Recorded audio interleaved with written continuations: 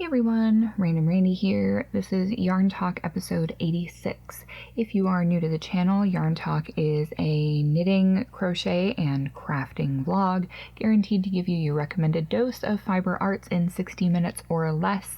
If you are concerned that your fiber intake may be lower than the recommended dosage, make sure you subscribe to the channel and click the notification bell so you don't miss a single video, and more awesome projects like these can keep your hands and your heart full. It feels like the universe is working against me in regards to this video because I recorded the entire thing last night, and I also recorded a tutorial video last night, only to discover this morning that none of my files had any audio to them. So after attempting to figure out what the heck the problem was for a good hour, I discovered that Killian had been fidgeting with my camera and had managed to wiggle the jack for the microphone loose just enough that it was still picking up that the camera was connected to the microphone rather than using the onboard microphone on the camera. But it wasn't plugged in enough to actually get any sound. So 45-minute yarn talk and 45-minute tutorial. Completely useless. And I need to record them again. I'm so excited. But it's morning and I had a shower, so my urge to destroy things has decreased exponentially. And our neighbors let their dog out and just let it bark and bark and bark. So it's irritating Renegade. Needless to say, it feels like Monday and it's Friday. But everything's gonna be fine. So here we are. I have tons of stuff. I have tons of stuff to show you. And I'm going to try and do it a hell of a lot faster than I did last time because I just don't have time for this nonsense that I am experiencing at this moment in time. So I'm going to power through it as quick as possible so we can all get on with our day and you can enjoy this stuff and you can check out all the awesome things and get to making some things that also help reduce your urge to murder things. Yes. So, done things. First thing. My perfect cappuccino pattern is released. Yay! I also did a short live video about that sometime last week. And I'm just going to show you 3 different ways that you can finish it, and you can grab it on Etsy or Ravelry. It's only $4 until the 31st of July. Everything in my Etsy shop right now is 20% off until the end of July. This is the cappuccino that I used for taking pictures, and that was my final test of the pattern. So there are pictures of this in the pattern, and when you purchase it, you get 2 files. One of them is a photo heavy version for people who are kind of new to amigurumi or aren't super confident in it but want to give it a try. It has pictures that show you where to sew stuff together, what stitches look like, why I'm using certain stitches, all those fun things. This is the mini version, and the details on the face are done with puff paint. The eyes actually glow in the dark. This is about keychain sized. This is the full-sized version. And as you can see, I used safety eyes and a safety nose. And this is the first full-size version where I sewed it together and had forgotten to use safety eyes, so I embroidered them on. So you can finish it whichever way you're comfortable doing. But the 2 files that are included, one is photo heavy and one is more print friendly. I don't think I'm going to be doing any video tutorials for this. If people want, I might do a video tutorial on just how to do crab stitch, because I used crab stitch in this for the cup.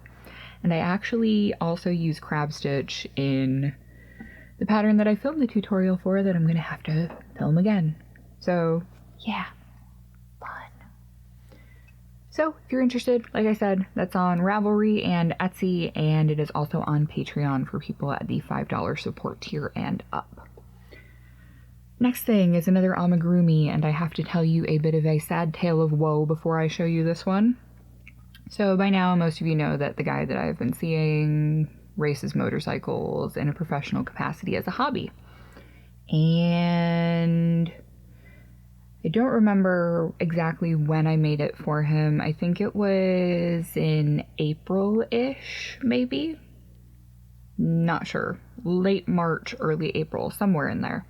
Anyway, I crocheted a tiny corn. I will leave the link for the pattern to that. It's by a Hookagurumi, I believe. It was a free pattern.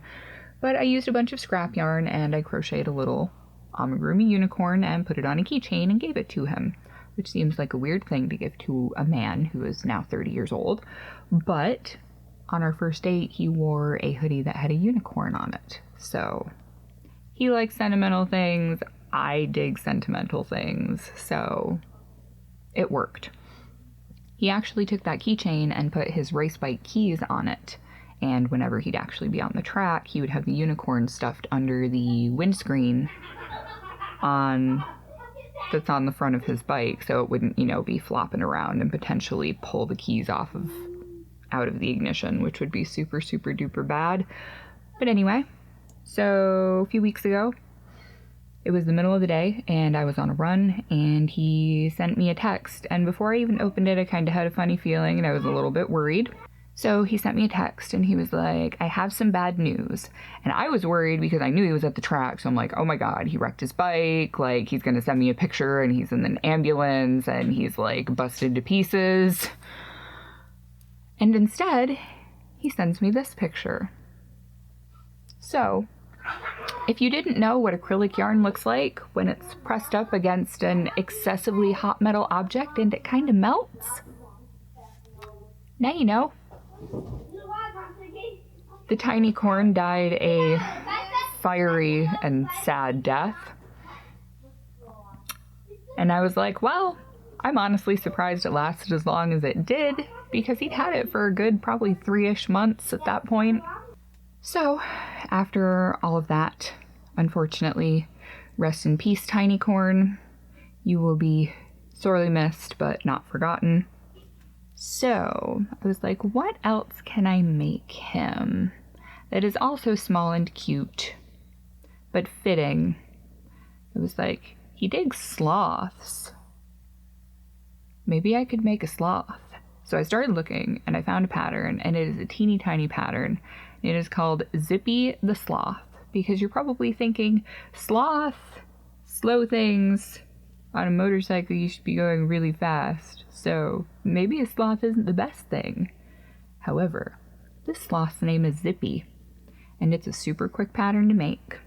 And I gave it a little modification that will encourage speed, in my opinion. So this is Zippy the Sloth. It is very tiny. It was super fast. It's a free pattern. I can't remember who it is by, but I will link the pattern down in the description box below the video. And I gave Zippy a lightning bolt that is neon orange, because neon orange is one of the Mister's favorite colors. So, Zippy the Sloth. And I think I'm going to stitch the arms and legs together and hang it from the keychain this way. Super cute. So yes, Zippy will be taking the place of the tiny corn, and as I said, R.I.P. tiny corn. You were fabulous and you will be missed.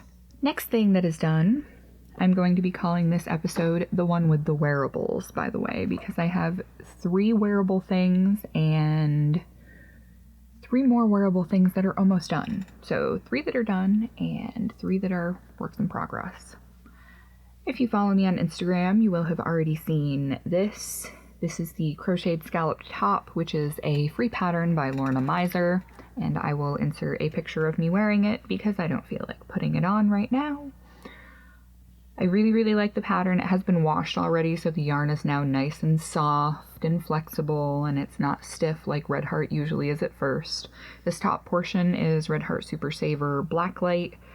The body portion is Red Heart Super Saver Day Glow. I didn't follow the exact way that they said to do the neckline, but I like the way that it worked out with the sleeves. It does fit me. I ended up making this small, and I'm pretty sure I used an eye hook for the whole thing. I did like it. I think next time I would maybe make it a few rows longer on the bottom, just a couple though. Not very much, but if I wanted it to be more flowy, I'd go for the next size up. Super easy pattern, free pattern, definitely recommend. And it's nice because even though it's airy and it's not so mesh that I would feel uncomfortable just wearing like a bikini top or a black bra under it, because wearing a black bra, as you will notice in the picture, you can't really notice it because of all of the distracting colors and the black bits speckled throughout this upper portion. So it worked out just great for me. And next thing, this is not a wearable, and there will be one more of these soon because I have to refilm this tutorial because life and children and things, but it's all good. So I'm calling this pattern a pint of self-care, and I'm going to try and cover up the manufacturer name so that I won't have to worry about having to pay them royalties for using their stuff. So just to show you what it looks like on the actual pint of ice cream, it fits it around here at the base, fits it on the sides quite well. I only went halfway up because I didn't want to have to worry about if there was a drip over the side, having it come down here. But the whole purpose of this, with it being 2 strands of worsted weight cotton, is that it will prevent you from having moisture rings left on your desk or your coffee table or whatever, and it will keep your hands from getting cold while you're holding onto your ice cream. Because every once in a while, no matter how healthy you're getting, sometimes a little bit of sugar therapy and a pint of self-care is just what you need. Once in a while, not all the time. I'm not advocating for drowning your sorrows in ice cream, but every once in a while, it's just the thing you need. Aside from it fitting pints of ice cream, it's just the right size for a can of soda or, you know, alcoholic beverage if you're into that sort of thing.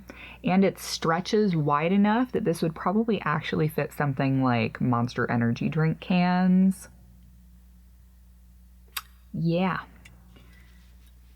And with it being 2 strands of worsted weight cotton, has a lot of really cool texture to it. And it's quite stretchy. And as you can see, I did crab stitch along the top, which is why I was talking about crab stitch, because reverse single crochet is kind of my favorite finishing technique as of late. Yeah. So there are 3 of these that are done. Because I did this one in the video last night, and now I'm going to have to make another one. So excited. To be fair though, it's not a super complicated pattern. It was only, with all of the finishing techniques and everything thrown in, I think the video is going to be about half an hour-ish, maybe 40 minutes tops. So it's not really a big deal. It's just annoying to have to do it again. But we will persist and persevere, as always. So, those things, done. Final 2 things are both wearable, and they are the done things, and then I'll get into works in progress and other stuff.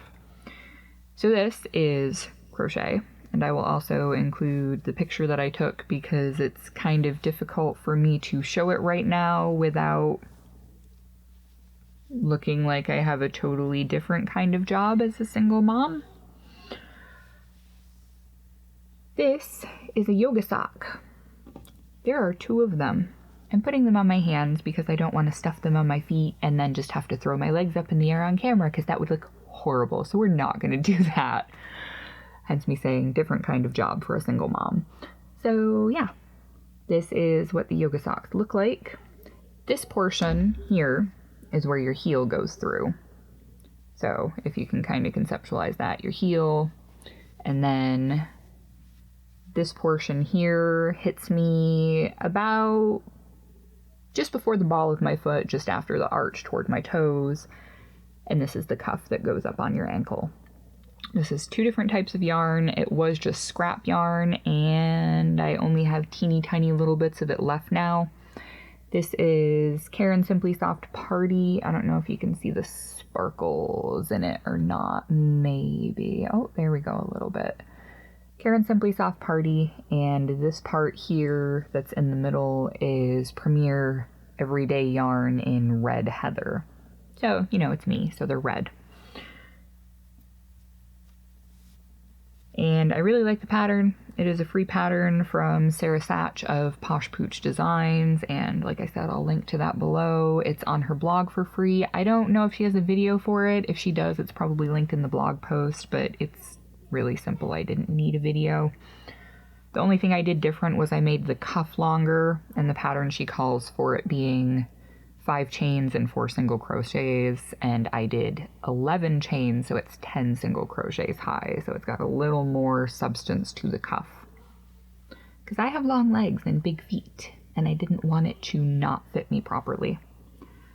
So there's another thing that is done, and it used up scrap yarn. Yay, scrap yarn! So the final thing is going to be kind of difficult to show because I don't have a sock blocker that is actually the proper size for my giant Sideshow Bob clown feet. And yes, I am a child of the 90s. I grew up watching The Simpsons, and Bart Simpson and Lisa Simpson were like siblings to me. Anyway, I have a pair of knitted socks that is all done, and I'm so excited. I finished my witchy socks, you guys. I've had this sock done for over a year, and I finally finished the second one. Yay! So this is the Dyad sock pattern by Laura Neal from the Sock Architecture book, and it has a banded toe, and it has a banded heel. I'm not sure how well you'll really be able to see it if I can get it to focus on this and not me. But this portion here actually sticks up and gives a little bit of extra cushion, and then it's got the gusset and everything. And yes, there's dog and cat hair on it because I have worn them. I was super excited to get to wear these. So these hit me about mid-calf. They are marvelously long, and as I said, I do have long legs, and I am also a sock girl 100%, so I'm super stoked to have these done. So excited. I just totally had the urge to finish the sock last week, and I went from having it was about here, and in 2 days time I went from here all the way up to here. And I will also show a picture of me wearing them because I was so super excited. I couldn't resist. But yes, sock. And I only have one sock blocker, and as I said, it's not the right size for my feet. I need to get a bigger one because this is the medium size, and apparently it doesn't work for women's size 9.5 to 10 socks because it's not, I mean, I'm yanking on it trying to get it to be flat, and it's still nowhere near what it should be. But I have 2 socks, and summer is almost over, so perfect timing. Yay, socks! So those are done, and then I have 2 wearables that I'm almost finished with. One of them, this is just a granny square top. It's made with Red Heart Super Saver Gold and just Red Heart Super Saver Black. And this will actually fit me here, and then I just have to add a couple of rows for the top sleeve portion. I'm not quite sure what I'm going to do with that yet, as I'm just kind of winging this. But I went all the way around in black, and then rather than going around again, I just did 2 more rows back and forth along the top to make it a little bit longer. So I just have to seam up the sides, leave sleeve holes, and go from there. This hasn't been blocked yet, but it is quite stretchy, so I know that once it's been washed, it's going to be, the stitches are going to loosen up a little bit. So here's one thing, and I started this back in, I think, March or April. This is one of the things that I dug out of the shelf oh shame that was full of bags of half-finished projects and things that just got abandoned for who knows why. Some of them were abandoned in a fit of rage, and some of them I just must have gotten distracted by the next shiny new thing. Who knows? Other thing, you will remember the first pair of socks that I ever successfully completed as far as knitting goes were my Rose City roller socks, with the yarn that I dyed myself. And this particular colorway is called Dracarys because I am House Targaryen, regardless of what happened in the most recent season. And for people who haven't seen it and are waiting for DVD, I will not spoil it for you. So after wearing these roll top ankle socks several times, I discovered two things. I hate rolly topped ankle socks, and a wool ankle sock is not very practical when you live somewhere that's kind of cold. So, solution. I crocheted a top onto it. This top, if you can see it, is basket weave. Then I did a few decreases and 6 more rows of basket weave, which gives it a really nice texture, makes for a stretchy cuff, and it is now high enough that it is happy and I can continue to wear these because the feet fit me very well. I just didn't like how far down on the ankle it was. So I am now halfway finished with doing the same thing to the other sock. I've finished the first chunk of basket weave. Now I have to do the decreases and then the 6 rows of basket weave. So if you make shorty socks and decide that you don't like them, you can crochet a top on them instead of continuing to knit or trying to pick up your stitches. And I used a teeny tiny crochet hook. Used a USC 2.75 millimeter, which, I mean, look how teeny tiny that is. This is actually the same size as the needles that I use, which are 9-inch circular Chaogu needles. Teeny tiny. And these are also 2.75 millimeter. So that pair is finally almost done. So soon, again, I will have 2 functional pairs of socks.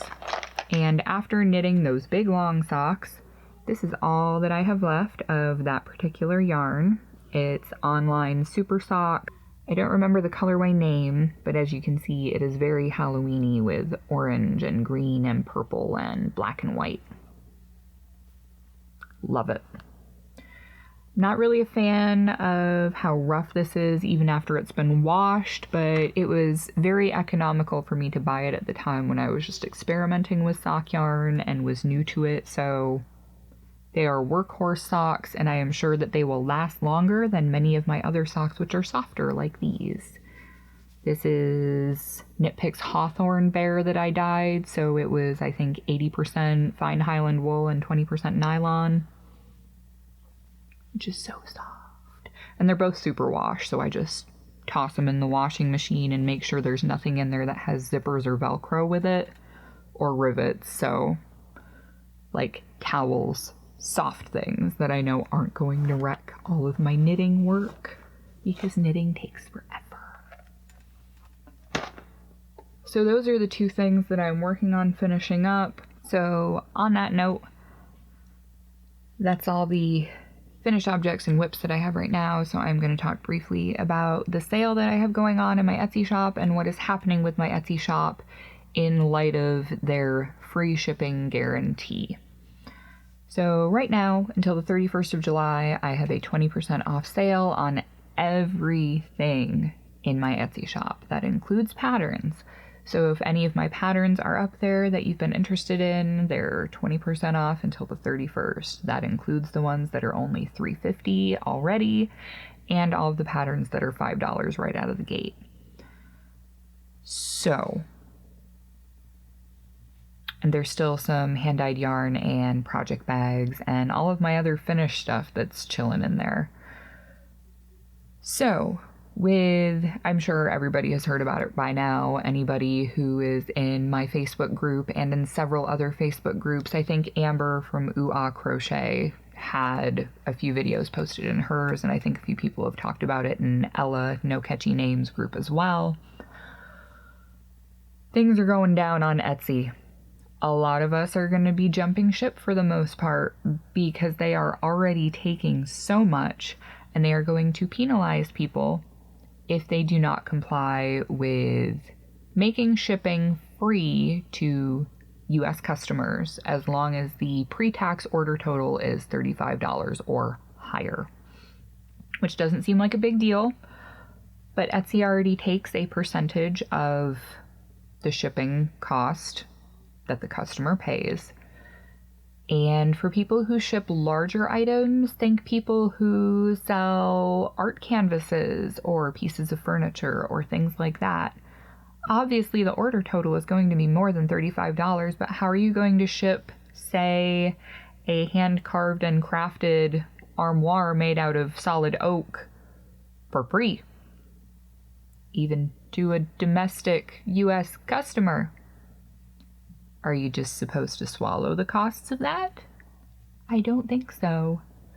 And I can't afford to have any more of my money be getting leached away by things like that either. So, here's what I'm going to do.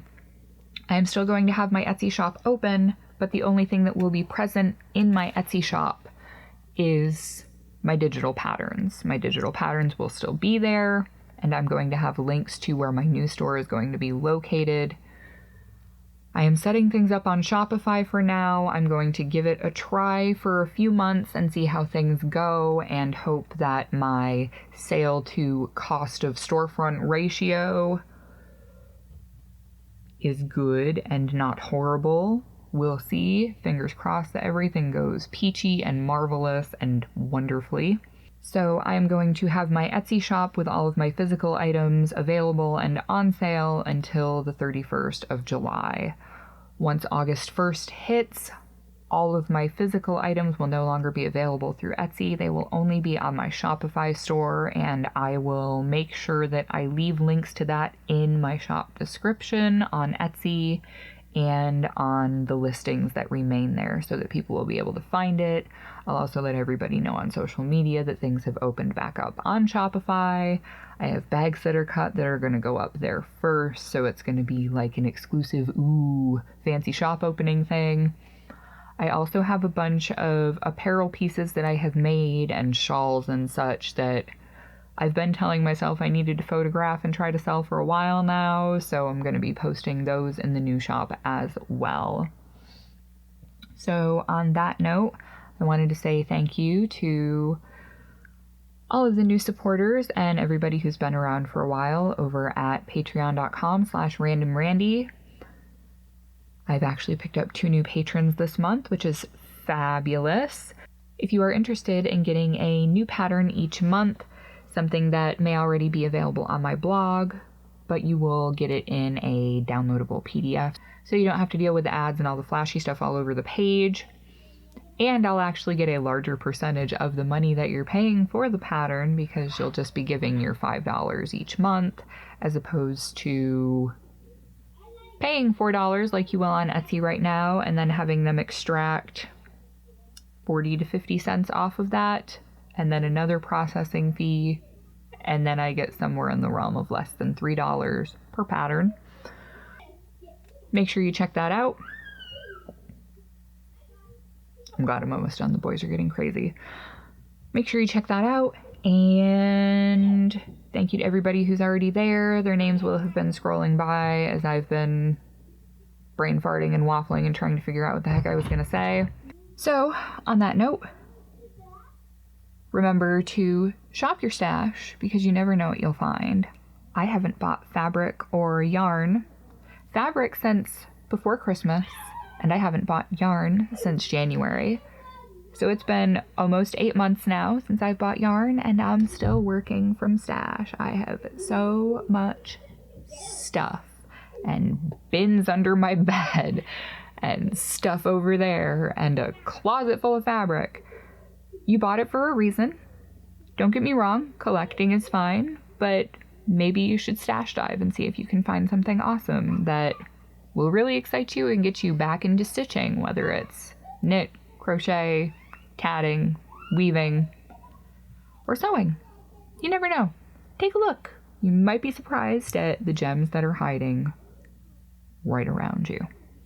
Don't forget to take care of yourselves and be kind to each other.